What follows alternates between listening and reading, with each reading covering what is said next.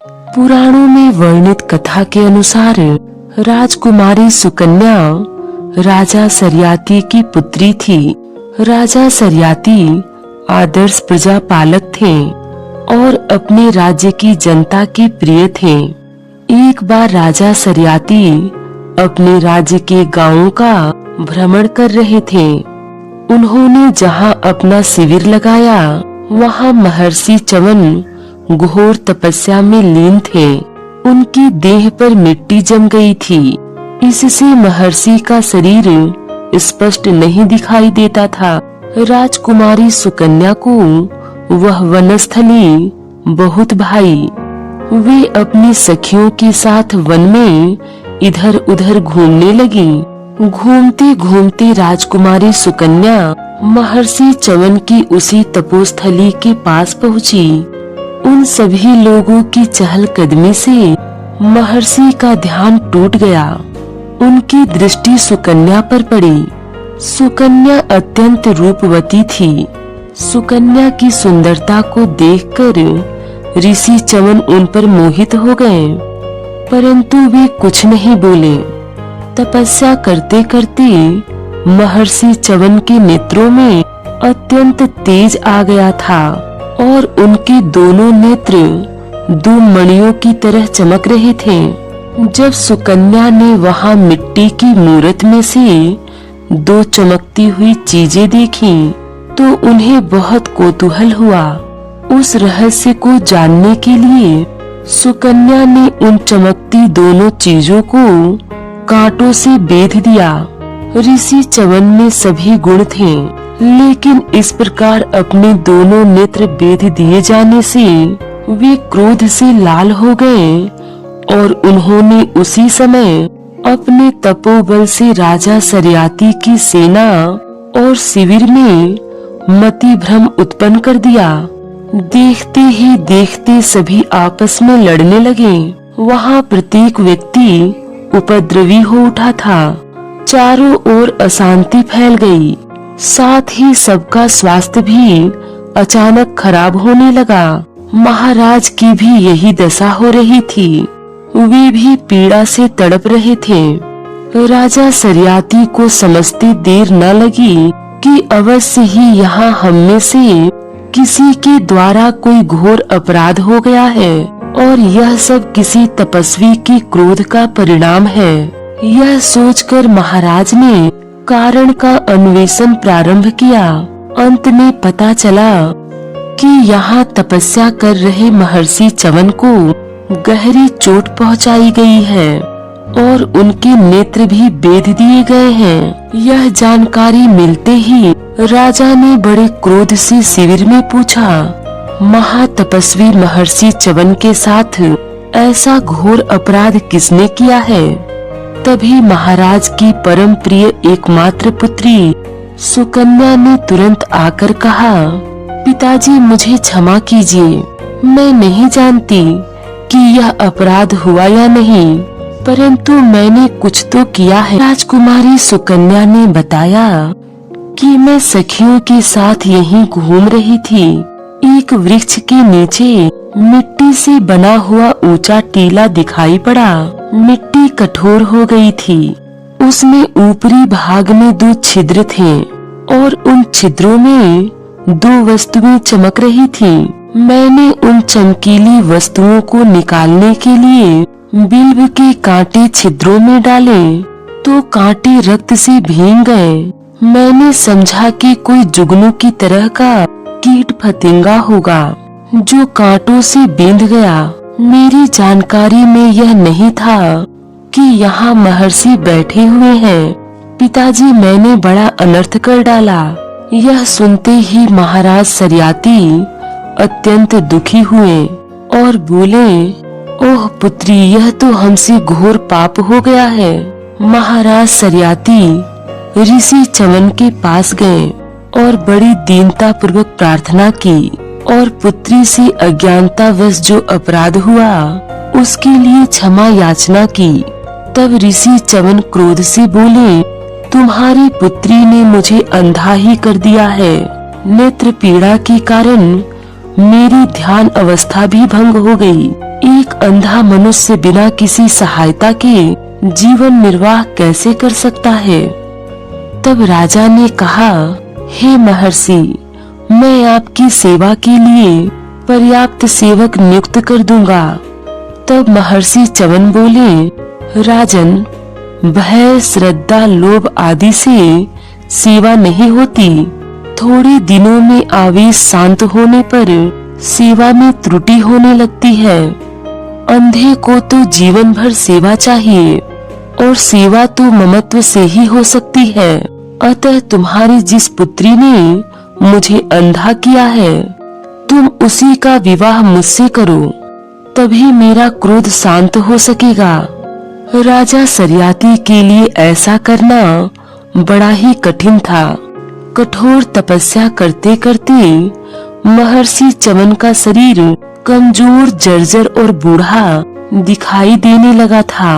आखिर अपनी प्रिय पुत्री, जो सदैव से ही राजकुमारी की तरह राजमहल में पली बढ़ी थी, उसका विवाह ऐसे ऋषि से कैसे कर दिया जाए और इस घोर वन में वह कैसे अपना जीवन काट सकेगी?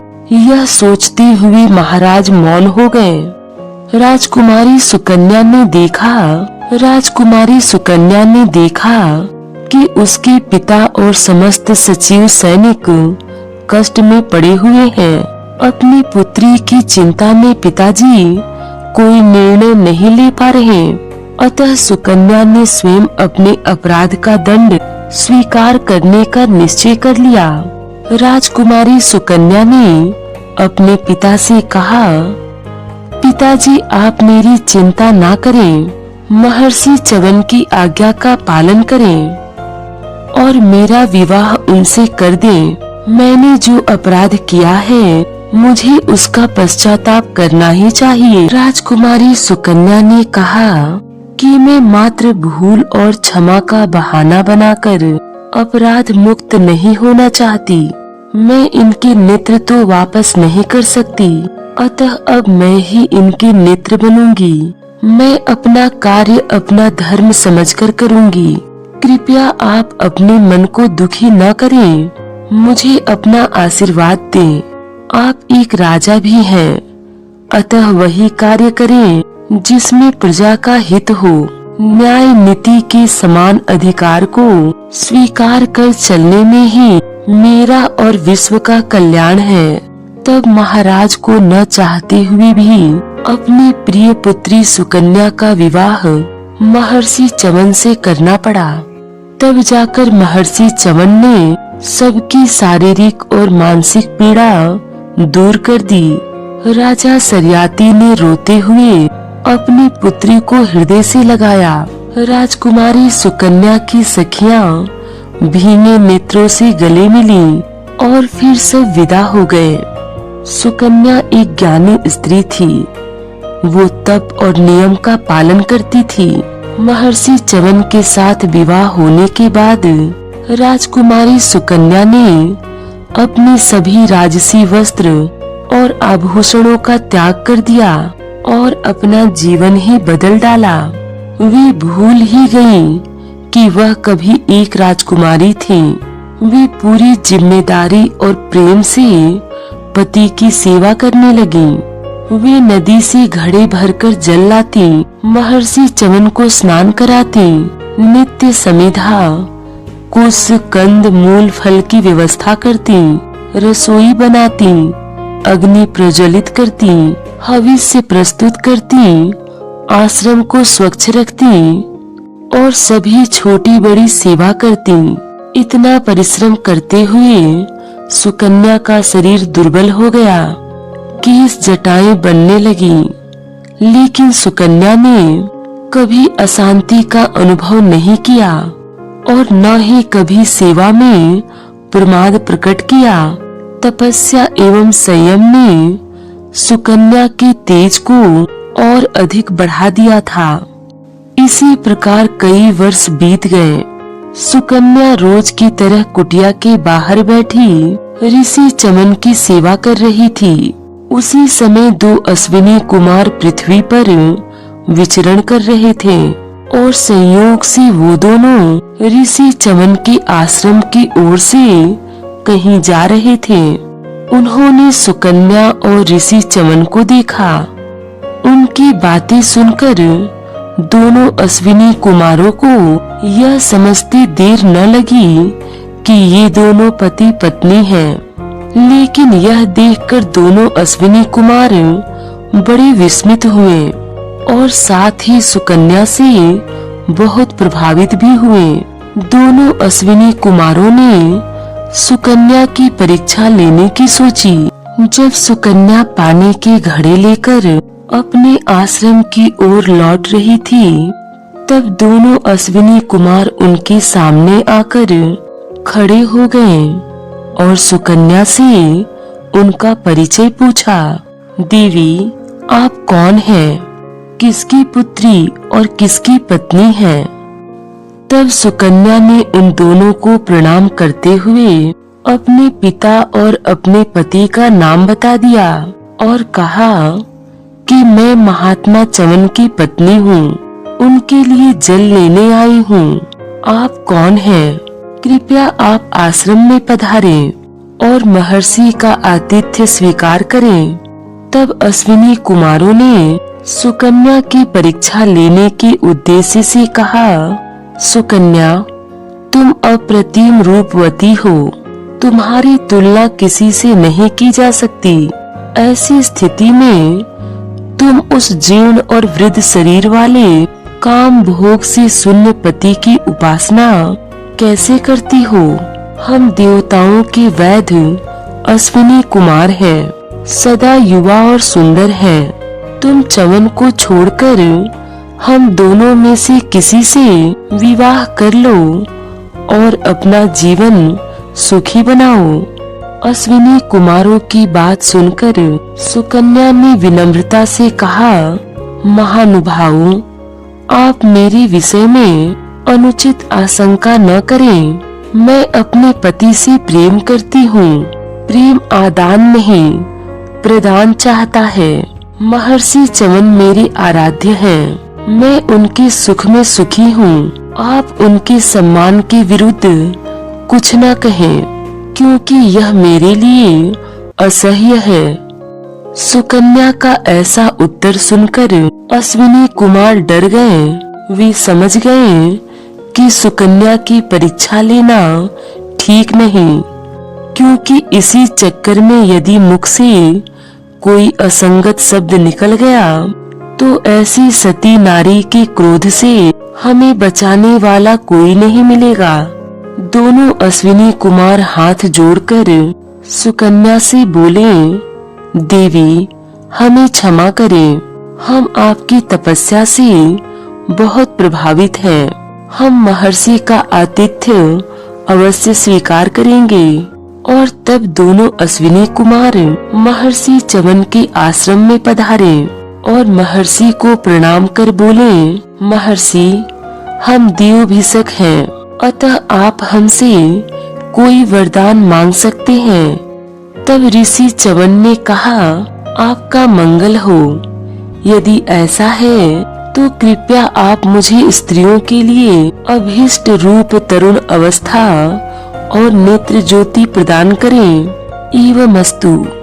देव वैद्यों ने महर्षि का हाथ पकड़ा और उन्हें पास के सरोवर तक ले गए।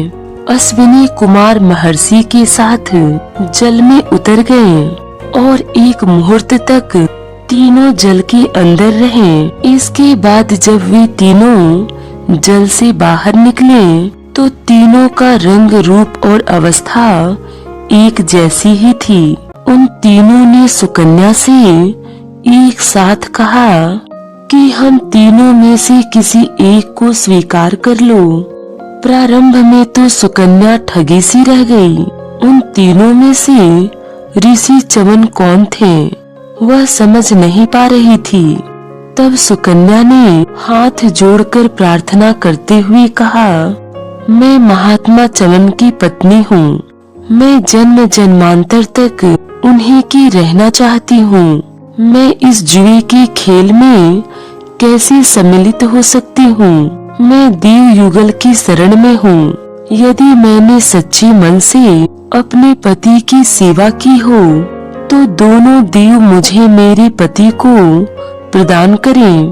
देवी, ये है तुम्हारे पति। ऐसी साध्वी से कब तक छल किया जा सकता है? ऐसा कहकर दोनों देवता स्वयं ही सुकन्या को महर्षि चमन की पहचान बताने लगे और महर्षि चमन एवं सुकन्या को आशीर्वाद देकर देवलोक को चले गए। इस प्रकार अश्विनी कुमारों ने सुकन्या के पतिव्रत से प्रसन्न होकर महर्षि चमन का कायाकल्प कर उन्हें चिर यौवन प्रदान किया था। प्रायश्चित एवं सेवा भावना के कारण महर्षि चमन सुकन्या से अत्यंत प्रसन्न थे। उन्होंने सुकन्या का नाम मंगला रखा। अपने गुणों के कारण सुकन्या आज भी नारी जगत में वंदनीय व पूजनीय है।